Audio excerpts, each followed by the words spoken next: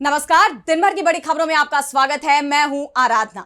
आज इस बुलेटिन में बात होगी युवाओं के हक में कांग्रेस के बड़े कदम की, मोदी सरकार के खिलाफ कांग्रेस को मिले राष्ट्रपति के साथ की। हम जानते हैं ये आदिम काल में जैसे थे आज भी ऐसे ही है। जानेंगे शिवसेना सांसदों ने किस कीमत पर किया दल बदल। दीजिए, ये सब बिके हुए लोग हैं, ये पैसे के पीछे वो लोग पागल हो गए हैं। टीएमसी के बागी सांसदों की कैसे बढ़ रही हैं मुश्किलें, देखेंगे राम मंदिर विवाद में कैसे घिरती जा रही है बीजेपी, और बुलेटिन के आखिर में देखेंगे जाने माने कार्टूनिस्ट इरफान की किस खबर पर पड़ी तिरछी नजर। लेकिन दिन भर की तमाम बड़ी खबरों से पहले एक नजर आज की सुर्खियों पर। अदालतें सिर्फ मुकदमों की जगह नहीं, वकीलों का कार्यस्थल भी। महिला वकीलों की गरिमा पर सुप्रीम कोर्ट की अहम टिप्पणी, अदालत परिसरों में बुनियादी सुविधाओं की कमी को बताया गंभीर। पटना शहर से बाहर होंगे सभी कोचिंग संस्थान, बनेगा अलग हब। खान सर और रोशन आनंद विवाद के बीच सीएम सम्राट चौधरी का बड़ा ऐलान। केरल के सीएम वीडी सतीशन ने पेश किया 2,39,000 करोड़ का पहला बजट। शिक्षा विभाग को दिए 1,500 करोड़ रुपए। कहा यह बजट अगले 5 सालों में कल्याणकारी योजनाओं का road map. FIFA world cup 2026 में ब्राजील और हैती का होगा मुकाबला। फिलाडेल्फिया स्टेडियम में सुबह 6 बजे से खेला जाएगा मैच। टूर्नामेंट में पहली जीत के लिए मैदान में उतरेंगी दोनों टीमें। और शेयर बाजार में गिरावट, 607 अंकों की गिरावट के साथ 76,802 पर बंद हुआ सेंसेक्स। वहीं 154 अंकों की गिरावट के साथ 24,013 पर बंद हुआ निफ्टी। ये तो थी सुर्खियां। अब बात आज की सबसे बड़ी खबर की। मोदी सरकार ना तो परीक्षाएं सही तरीके से करा पा रही है और ना ही युवाओं को नौकरी दे पा रही है। वहीं विपक्ष के नेता राहुल गांधी ने हजारों लोगों को रोजगार देकर सरकार को आईना दिखा दिया है। देखिए ये रिपोर्ट। साल 2014 में जब नरेंद्र मोदी पीएम बने, बीजेपी सत्ता में आई, तब बीजेपी की तरफ से 2 करोड़ नौकरी देने का वादा किया गया था। लेकिन अब 12 साल से ज्यादा का वक्त गुजर चुका है, मगर सरकार अपना वादा पूरा करने में विफल रही है और अब मोदी सरकार का काम विपक्ष करता दिखाई दे रहा है। कांग्रेस सांसद युवाओं के भविष्य संवारते दिख रहे हैं। दरअसल 19 जून को कांग्रेस सांसद राहुल गांधी 56 साल के हो गए हैं। इस मौके पर यूथ कांग्रेस की तरफ से युवाओं को सुनहरा मौका दिया गया। दिल्ली के तालकटोरा स्टेडियम में मेगा जॉब फेयर का आयोजन किया गया। रोजगार मेले में 40,000 से ज्यादा युवा पहुंचे।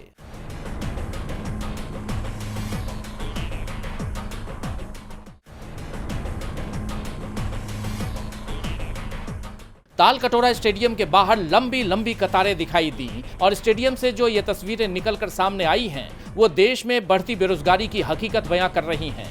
राहुल गांधी के जन्मदिन पर युवा कांग्रेस के मेगा जॉब फेयर में उमड़ा हजारों युवाओं का सैलाब बता रहा है कि देश में बेरोजगारी कितनी गंभीर है, क्योंकि सिर्फ दिल्ली ही नहीं बल्कि अलग अलग राज्यों, जैसे कुछ लोग हरियाणा से तो कुछ लोग उत्तर प्रदेश तो कुछ राजस्थान के युवा नौकरी की तलाश में तालकटोरा स्टेडियम पहुंचे थे।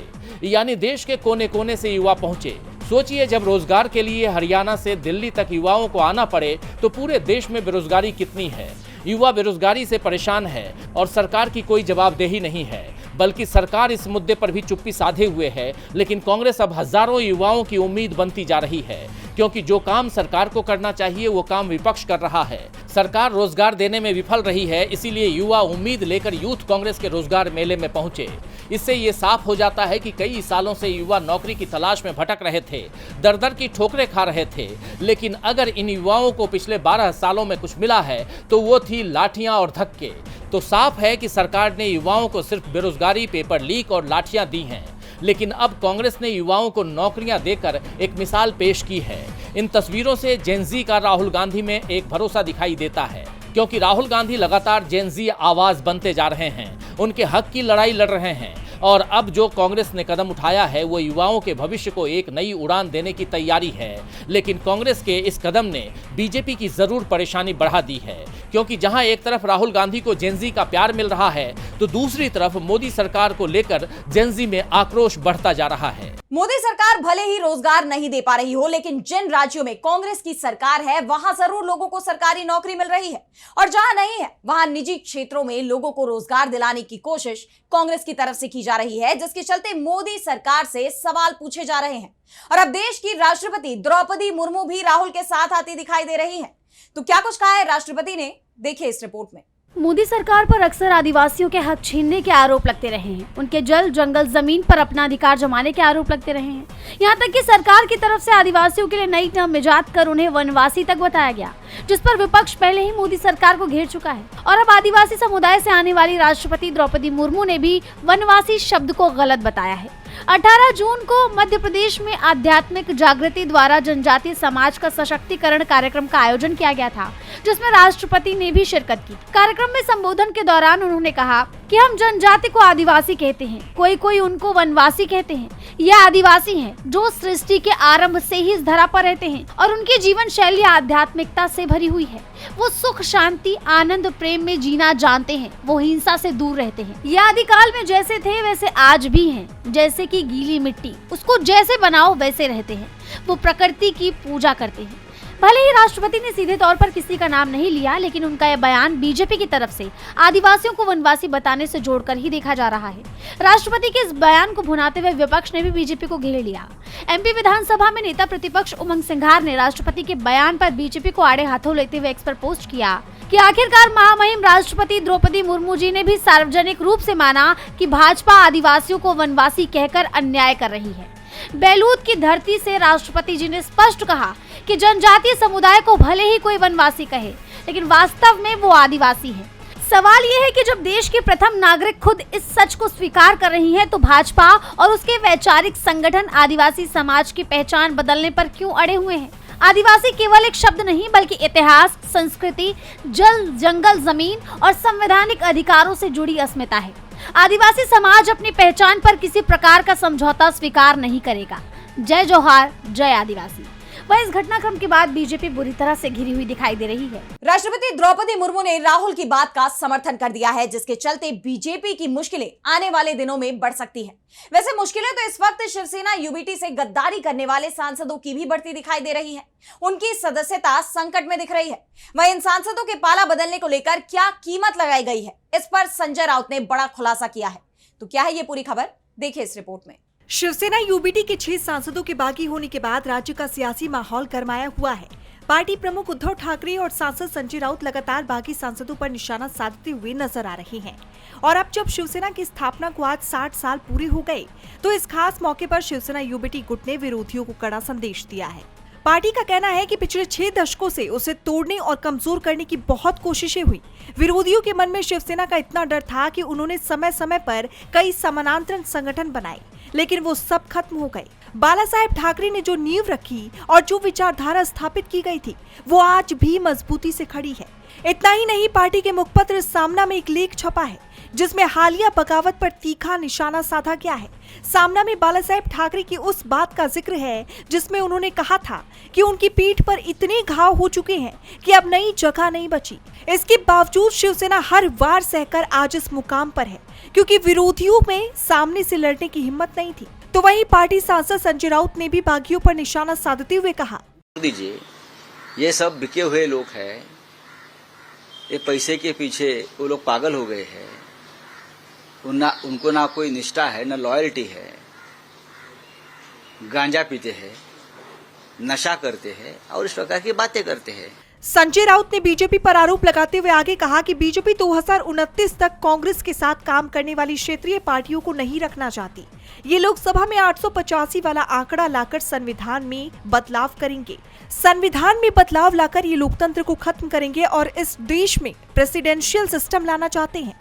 अब देखना ये होगा कि संजय राउत के आरोपों पर बीजेपी क्या सफाई देती हुई नजर आती है। शिवसेना के बागी सांसदों की सदस्यता संकट में है, वहीं टीएमसी के बागी सांसद भी संकट में दिखाई दे रहे हैं।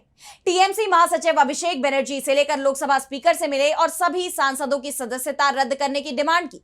वैसे ममता बनर्जी के लिए भी राह आसान नहीं दिख रही है। देखिए ये रिपोर्ट। पश्चिम बंगाल में टीएमसी ने बीजेपी पर आरोपों की बौछार कर दी है। पार्टी का कहना है कि बीजेपी टीएमसी को पूरी तरह से तोड़ने की कोशिश कर रही है और इसी का नतीजा है कि टीएमसी के कई सांसद बागी हो गए हैं, जिससे ममता बनर्जी के लिए बड़ा झटका माना जा रहा है। इस बीच खबर है कि बंगाल के पूर्व मंत्री ज्योति प्रिया मल्लिक ने 19 जून को खराब सेहत का हवाला देते हुए टीएमसी के सभी पदों से इस्तीफा दे दिया। अपने इस्तीफे को सार्वजनिक करते हुए पूर्व मंत्री ने कहा कि उन्होंने पार्टी नेतृत्व को अपने फैसले के बारे में पहले ही बता दिया था। उन्होंने आगे कहा मैंने अपनी बेहद खराब सेहत के कारण टीएमसी के सभी पदों से इस्तीफा दे दिया है। बता दें कि ये घटनाक्रम टीएमसी के संगठन में बड़े फेरबदल और मलिक को नई वर्किंग कमेटी में शामिल करने के कुछ ही दिनों बाद हुआ है। मलिक को ममता बनर्जी का बेहद खास माना जाता रहा है। उन्होंने ममता सरकार में 1 दशक तक अहम मंत्रालय संभाला। मलिक 2011 से 2021 तक राज्य के खाद्य एवं आपूर्ति मंत्री रहे थे। इसके अलावा बता दें कि टीएमसी महासचिव अभिषेक बनर्जी लोकसभा स्पीकर ओम बिरला से मिलने संसद पहुंचे। उनके साथ सांसद सौगत रॉय भी मौजूद रहे। बिरला से मीटिंग के दौरान अभिषेक बनर्जी ने बागी सांसदों की सदस्यता रद्द करने की मांग की। पश्चिम बंगाल की सियासत में जारी विवाद पर इस वक्त सबकी नजरें टिकी हुई हैं। वहीं नजरें यूपी पर भी बनी हुई हैं। एनडीए के नेताओं ने सियासी दावा किया है कि अब समाजवादी पार्टी टूटेगी और इसी को लेकर कुछ टीवी चैनलों और सोशल मीडिया चैनलों की तरफ से सांसदों के नाम फोटो सहित चलाए गए कि ये लोग बीजेपी में जा रहे हैं। लेकिन इन चैनलों की ये कोशिश अब उन पर ही भारी पड़ती दिख रही है, क्योंकि अब सपा ने इसे लेकर बेहद सख्त रुख अपनाया है। बीजेपी की तरफ से विपक्षी दलों को तोड़ने की कोशिशें की जा रही हैं। बीते कुछ दिनों में पार्टी पर यह आरोप और मजबूत होते दिखाई दिए। खासतौर पर जिस तरह उत्तर प्रदेश में पूर्व सीएम अखिलेश यादव की समाजवादी पार्टी को तोड़ने के दावे किए गए। खुद उप मुख्यमंत्री केशव प्रसाद मौर्य और कैबिनेट मंत्री ओपी राजभर ने इस तरह के दावे किए कि 2027 के चुनाव से पहले सपा के 25 से 26 सांसद टूटने वाले हैं, जिससे राज्य की सियासत में एक नई बहस छिड़ गई। इसे लेकर सपा ने बीजेपी को तो घेरा ही, साथ ही उन मीडिया चैनलों के खिलाफ कार्रवाई भी की जो इस मामले में पार्टी को लेकर भ्रामक खबरें फैला रहे थे। समाजवादी पार्टी के सांसद आनंद भदौरिया ने एक मीडिया चैनल के खिलाफ बाकायदा एफआईआर दर्ज कराई। इसके साथ ही उन्होंने बीजेपी और उसके सहयोगियों को चेतावनी भी दी। उत्तर प्रदेश के कुछ छुटभैया नेता जो बिच्छू का मंत्र नहीं जानते और सांप के बिल में हाथ डाल रहे हैं और समाजवादी पार्टी के सांसदों के बारे में अनर्गल टिप्पणी कर रहे हैं। हम उनसे कहेंगे वो अपनी पार्टी और अपने बारे में चिंता करें। दरअसल जिस चैनल के खिलाफ सपा सांसद ने एक्शन लिया है, उसकी तरफ से 26 उन सांसदों के नाम गिराए गए थे जो कथित तौर पर बीजेपी के संपर्क में बताए जा रहे हैं। इसमें एक नाम तो खुद आनंद भदौरिया का ही था, लेकिन अब जिस तरह वो खुद सामने आए हैं और इन दावों का खंडन किया है, साथ ही फेक न्यूज फैलाने वालों पर एक्शन लिया है, उसके बाद बीजेपी नेताओं का ये दांव पूरी तरह उल्टा पड़ गया है। इस बीच लखनऊ में समाजवादी पार्टी के दफ्तर के बाहर एक पोस्टर लगाया गया है जिसमें लिखा है कि 27 में आ रहे हैं अखिलेश। यानी समाजवादी पार्टी बीजेपी के नैरेटिव को ध्वस्त करने के साथ ही आगामी चुनाव में अपनी जीत भी सुनिश्चित करने की कोशिशों में जुटी हुई है। अब देखना यह होगा कि इस बार के चुनाव में किसका पलड़ा भारी रहता है, लेकिन फिलहाल सपा ने बीजेपी को मात जरूर दे दी है। बीजेपी के भक्त बने पत्रकार मुसीबत में है, तो मुसीबत इस वक्त राम मंदिर ट्रस्ट और यूपी की बीजेपी सरकार की भी बढ़ रही है। अयोध्या के राम मंदिर से चढ़ावा चोरी के मामले में रोज नए नए खुलासे हो रहे हैं और इससे जांच का दायरा भी बढ़ रहा है। लोगों में गुस्सा है, जिसके चलते जब योगी आदित्यनाथ अयोध्या पहुंचे तो सड़क पर पोस्टर लग गए कि 2027 में अखिलेश आएंगे। तो क्या है ये पूरी खबर, देखिए इस रिपोर्ट में। राम मंदिर में भक्तों की तरफ से चढ़ाए गए चढ़ावे की रकम गायब होने से बीजेपी सवालों के घेरे में आ गई है। सवाल उठ रहे हैं कि जिस राम मंदिर का ढोल बीजेपी ने पूरे चुनाव में पीटा, जिस पर पिछले विधानसभा और लोकसभा चुनाव में बीजेपी का पूरा प्रचार प्रसार टिका था, उसी मंदिर में बीजेपी की नाक के नीचे से चढ़ावा चोरी हो गया और सरकार को भनक तक नहीं लगी। विपक्ष इस मुद्दे पर शुरू से ही बीजेपी को घेरे हुए है और मामला बढ़ता देख सरकार को भी विशेष जांच दल यानी एसआईटी गठित करनी पड़ी, जिसके बाद इस मामले में रोज नए खुलासे हो रहे हैं। अब तक जांच में 200 करोड़ से ज्यादा की रकम गायब होने की बात कही गई है। साथ ही कई घंटों तक दान पात्र के आगे लगे सीसीटीवी बंद होने की बात भी की गई है। करीब 8 महीने का सीसीटीवी डेटा डिलीट कर दिया गया। यही नहीं, जांच में ये भी पाया गया कि अयोध्या और राम मंदिर के आसपास की जमीनों को सरकार और मंदिर ट्रस्ट से जुड़े लोगों ने सस्ते दामों में खरीदकर कई गुना महंगे दामों में बेच दिया। इन सब विवादों के बीच सीएम योगी अयोध्या पहुंचे, लेकिन असली विवाद तब शुरू हुआ जब योगी के अयोध्या पहुंचने से पहले ही मंदिर के ट्रस्टी चंपत राय के गायब होने की खबर आई। जैसा आप जानते हैं कि चंपत राय इस मामले में शुरू से ही विवादों में रहे हैं। सपा प्रमुख अखिलेश यादव की तरफ से मुद्दा उठाने के बाद सबसे पहले चंपत राय ने ही सफाई दी थी और इन आरोपों को खारिज किया था। वहीं चंपत राय पर यह आरोप भी लगे थे कि उन्हीं की निगरानी में उनके ड्राइवर टुन्नू यादव एकाएक धनवान बन गए। उनके पास अयोध्या जैसी जगह पर 60 कमरों की कोठी है। वहीं चंपत राय के गायब होने से शक और बढ़ गया। इस दौरान अयोध्या पहुंचे सीएम योगी ने भी राम मंदिर निर्माण समिति से जुड़े सदस्यों से जांच में सहयोग करने की अपील की है। उन्होंने साफ कहा कि किसी के पास सबूत है तो एसआईटी को दे। इस पूरे मामले में राम मंदिर निर्माण समिति के अध्यक्ष नृपेंद्र मिश्रा का बयान भी आया है। उन्होंने मैनेजमेंट स्ट्रक्चर को पूरी तरह से बदलने की बात कही है। उन्होंने साफ कहा कि राम मंदिर में जो हुआ वो सरेआम डाका है। इन सब के बीच राम मंदिर में श्रद्धालुओं की संख्या में कमी आई है, जिससे साफ है कि चढ़ावा चोरी होने से लोगों की भावनाएं आहत हुई है। वहीं देखना होगा कि ये मुद्दा कहां जाकर थमता है। चढ़ावे की चोरी पर बड़े बड़े लोग फंसते दिख रहे हैं और इस चोरी में बीजेपी भी फंसती दिख रही है। सवाल ये उठ रहे हैं कि क्या जांच निष्पक्ष होगी। वैसे सवाल तो इस वक्त केरल की सरकार भी राज्यपाल से पूछ रही है कि नागरिक प्रशासन चलाने की जिम्मेदारी जनता ने किसे दी है, चुनी हुई सरकार को या राज्यपाल को। देखिए ये रिपोर्ट। दक्षिण भारत में एक बार फिर राज्यपाल बनाम राज्य सरकार देखा जा रहा है, यानी राज्यपाल और सरकार के बीच ठन गई है। इस बार ये विवाद केरलम में देखा जा रहा है, जहां सीएम सतीशन ने राज्यपाल आलेरकर के रवैये पर गंभीर सवाल उठाए हैं। दरअसल 21 जून को अंतर्राष्ट्रीय योग दिवस के मौके पर तमाम राज्य में आयोजन की तैयारियां चल रही हैं। इसे लेकर ही केरलम में राज्यपाल राजेंद्र विश्वनाथ आलेरकर ने 17 जून को अलग अलग विभागों के प्रमुख और यूनिवर्सिटीज के वाइस चांसलर की समीक्षा बैठक बुलाई थी। राज्यपाल के इस कदम पर सीएम वीडी सतीशन ने कड़ी नाराजगी जाहिर की। सरकार के मुख्य सचिव की तरफ से इस मामले में लोक भवन में एक खत भी भेजा गया, जिसकी जानकारी देते हुए मुख्यमंत्री कार्यालय यानी सीएमओ ने बताया कि सरकारी अधिकारियों से जुड़ी बैठकें और समीक्षा सत्र चुनी हुई सरकार की कार्यकारी जिम्मेदारियों के अंतर्गत आते हैं। इसीलिए इस तरह की बैठकों को लेकर संवैधानिक मर्यादाओं का पालन किया जाना चाहिए। भविष्य में ऐसी घटनाएं न हो, इसके लिए सावधानी बरती जानी चाहिए। इसे लेकर विधानसभा में विपक्ष के नेता पिनराई विजयन ने भी राज्यपाल की कड़ी निंदा की है।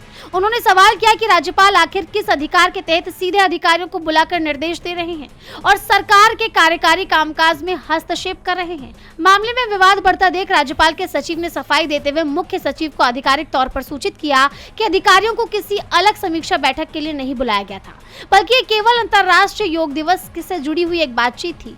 लेकिन इस पूरे घटनाक्रम के बाद एक बार फिर राज्य सरकार और राज्यपाल के बीच टकराव को लेकर चर्चाएं तेज हो गई हैं।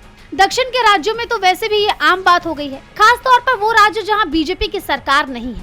अक्सर ही इन राज्यों की सरकारें राज्यपाल पर केंद्र के इशारे पर काम करने का आरोप लगाते रहे हैं। सुप्रीम कोर्ट तक कह चुका है कि राज्यपाल केंद्र सरकार के एजेंट के रूप में काम नहीं कर सकते और उन्हें राज्य की विधायी मामलों में पक्षपात दिखाने या जनभावनाओं को दबाने की इजाजत नहीं है।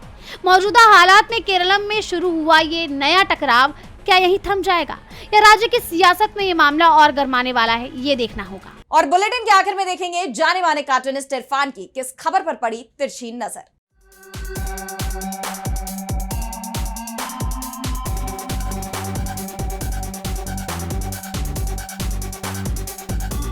ईरान और अमेरिका के साथ में जो डील हुई, उसके बावजूद नेतन्याहू ने अपना काम करना बंद नहीं किया है।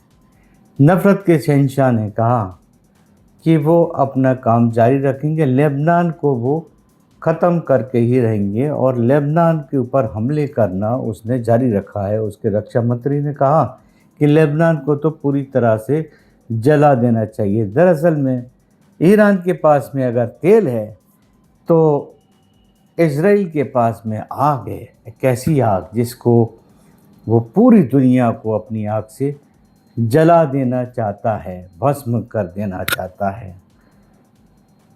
अमन का और सुकून का जो एक सिलसिला है जो दुनिया में किसी तरह से शुरू होना चाहता है, उसको वो ख़त्म कर देना चाहता है। शायद नेतन्याहू की डिक्शनरी के अंदर अमन, सुकून, मोहब्बत इस तरह के लफ्ज़ मौजूद नहीं।